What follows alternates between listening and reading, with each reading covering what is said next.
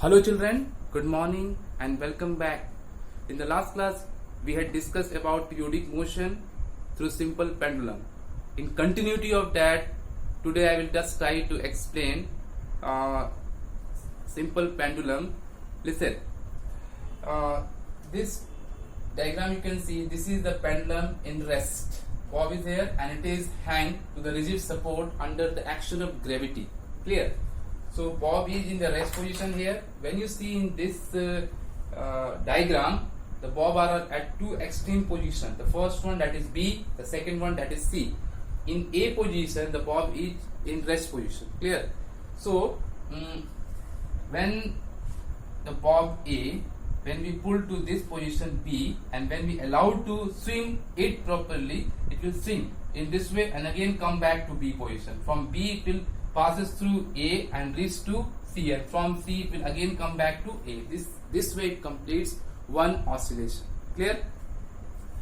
These two positions, you can see B and C, these two positions are extreme position, and the maximum distance from the mean position the Bob is displayed, that is called amplitude.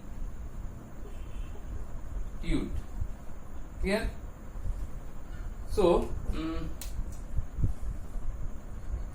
by using this we can calculate time period of pendulum, that is, one formula is there that you have to know: total time taken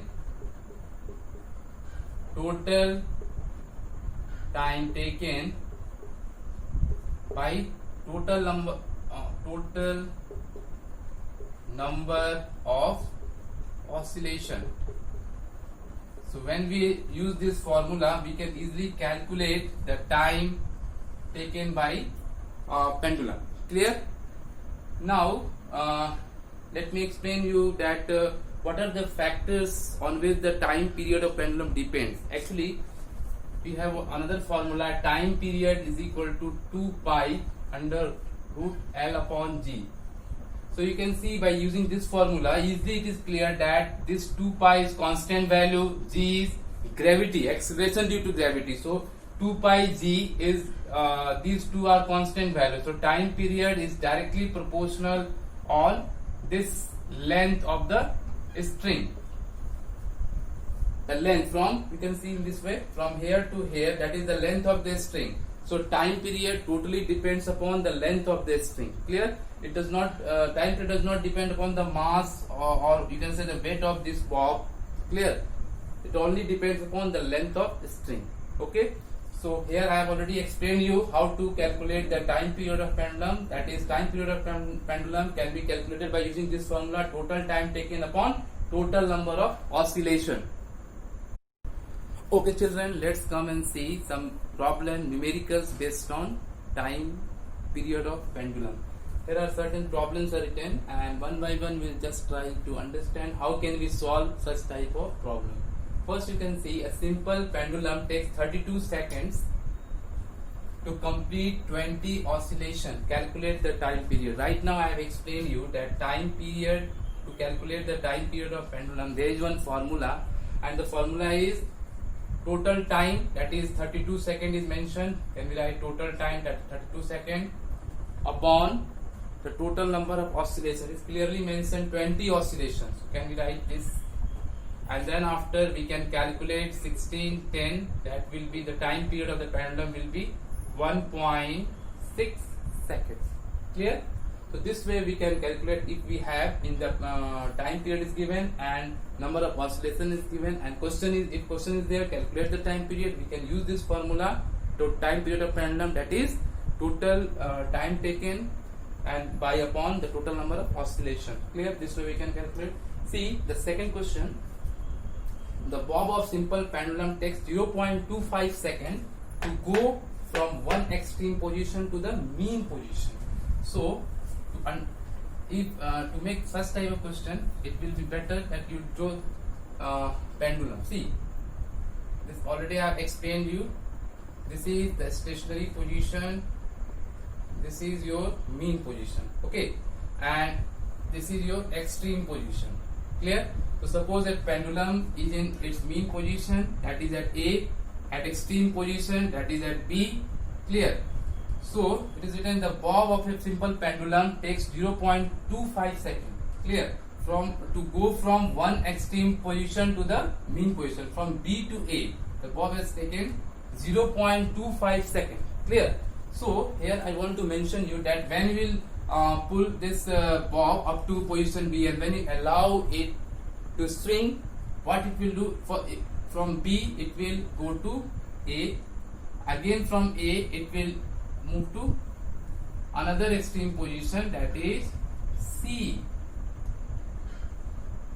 Clear? Again from C it will come back to A, and from A it will go to B.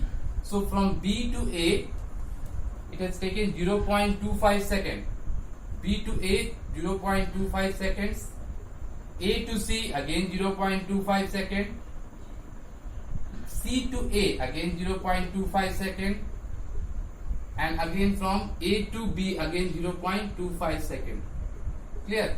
So what is the time period of the pendulum? It means that from B, again after passing through this stage, again it will coming back to B, how much time it has taken. So you can see from B to A 0.25 second, A to C again 0.25 seconds, C to A again 0.25 seconds, A to B again 0.25 seconds. You add all 4, 5, 5, 5, 5, 20, 2 to 4 to 6 to 8, 10.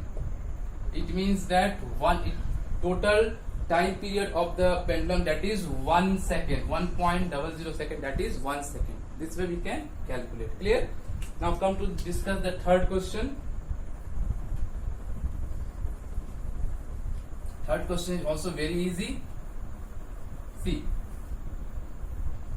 the distance traveled by a bob of a pendulum in one complete oscillation.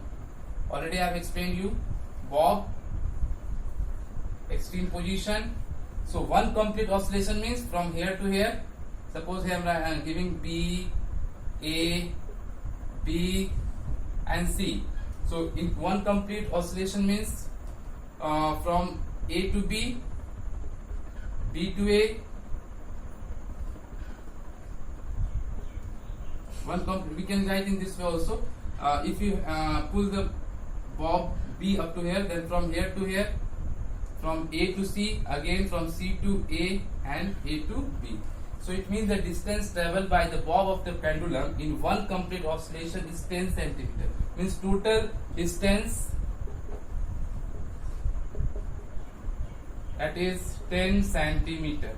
Now what is the amplitude of the oscillation? You can see the from here to here amplitude, from here to here amplitude, again from here to here again amplitude, and from A to B again amplitude. It means that amplitude will be total distance upon 4 amplitude are there in this way. So total distance given 10 centimeter upon 4, this will be 2.5 centimeter. That is the distance of the amplitude, or you can write in this way, the amplitude of the oscillation, that is 2.5 centimeters. Clear? So the such type of question you need to practice related to time period calculation, distance of this amplitude. Clear? So in this way, what I have explained today regarding this, if you have any doubt, you can ask and try to practice such type of question, and if problem is there, you can ask. Clear? And try to revise, dear children. Thank you and have a nice day.